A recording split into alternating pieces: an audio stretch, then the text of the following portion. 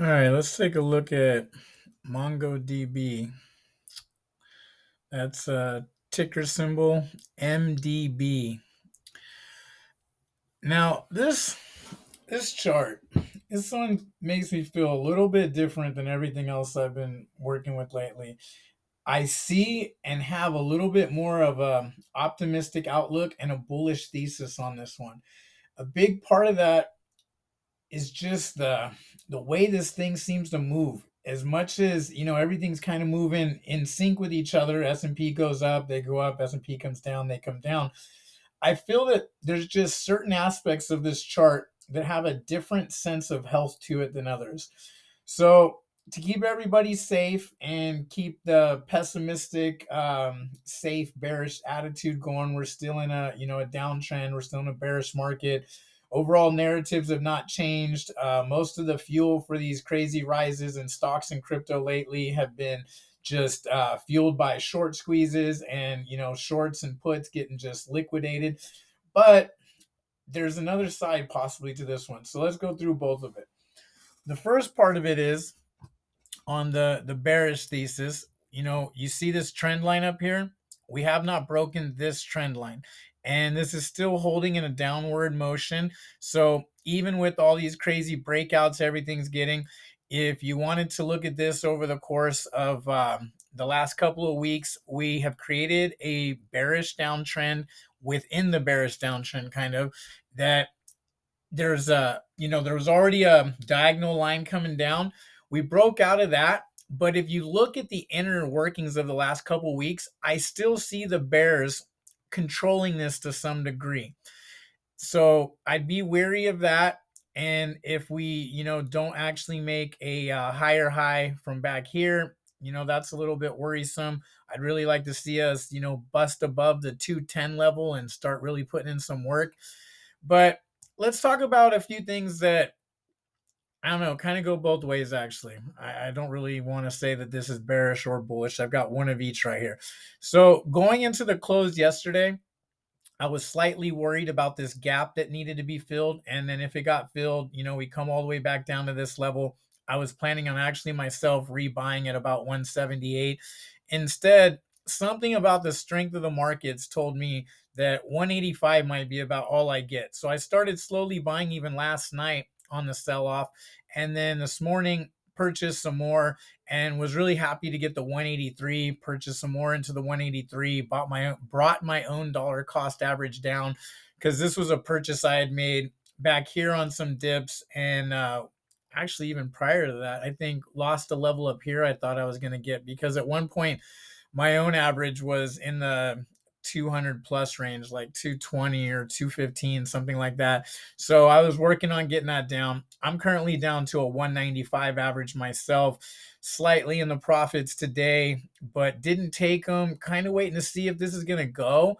And even if not, we get a pullback, I'll just keep DCAing my position and just kind of seeing where this one's going. I seem to have, for whatever reason, a little bit more of a feeling this one might end up surprising me here in the next week or two, or maybe sometime next month if we really get that midterm rally. So I've just been kind of holding on to it a little bit longer than most. But what I'd like to say is this morning we came down and we filled this gap really healthy in the way we did it. Just perfectly stopped at the gap fill and then took back off.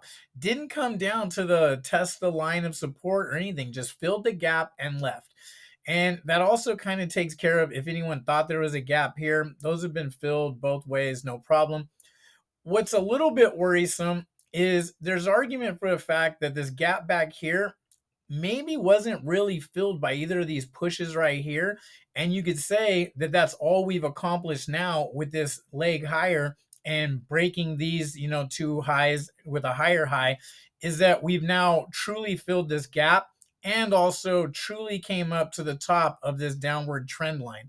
Now, if you were to look at it from a different perspective, I know some people like to say they don't pay much attention to wicks. Obviously, they give information, but for actual trends, they pay attention to candle closures.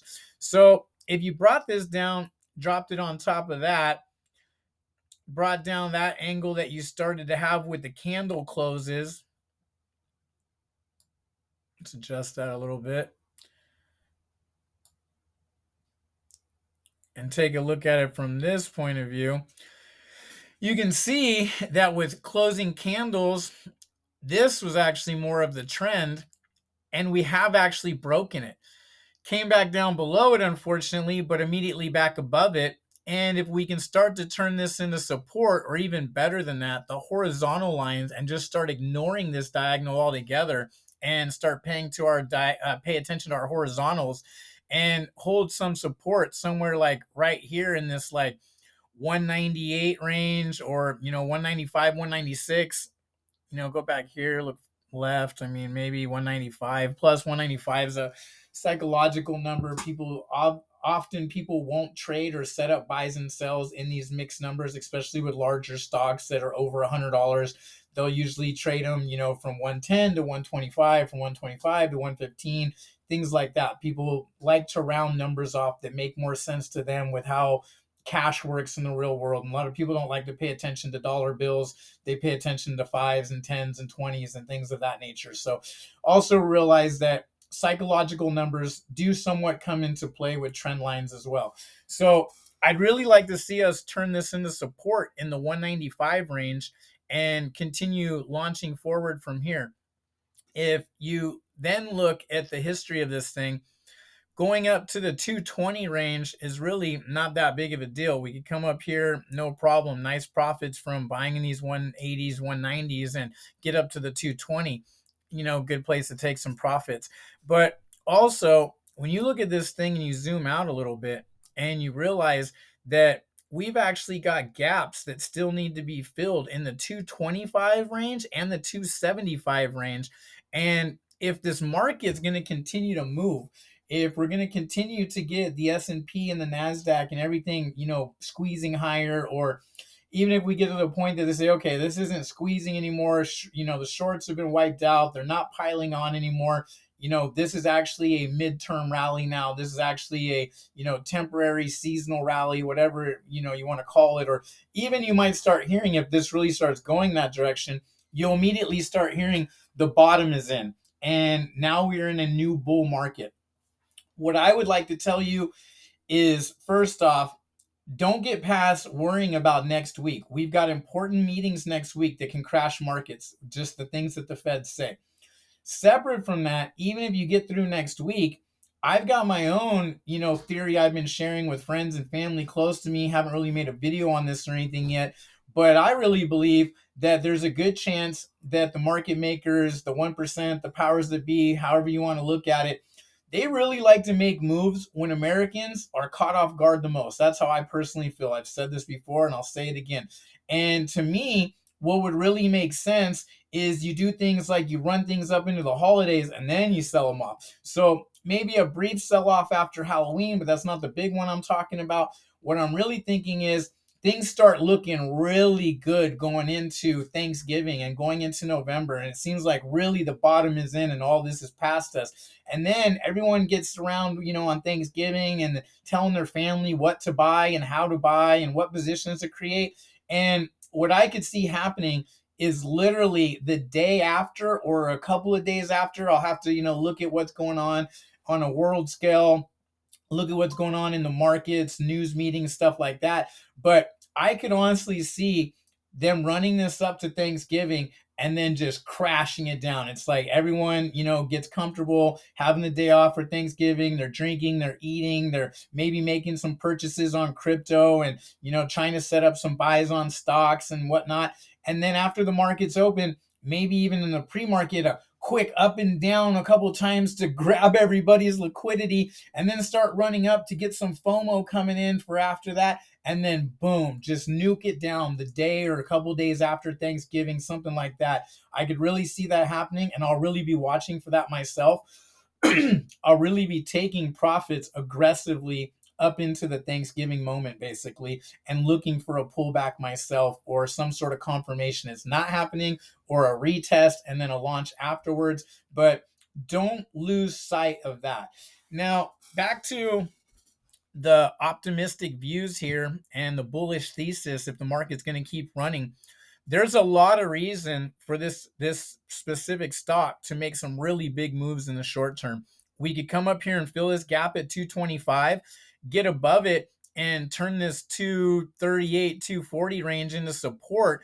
And then the way this stock moves, you almost don't even have to pay attention to these little dollars made in here before I see you really coming up and worrying about testing this line around 262 to 265.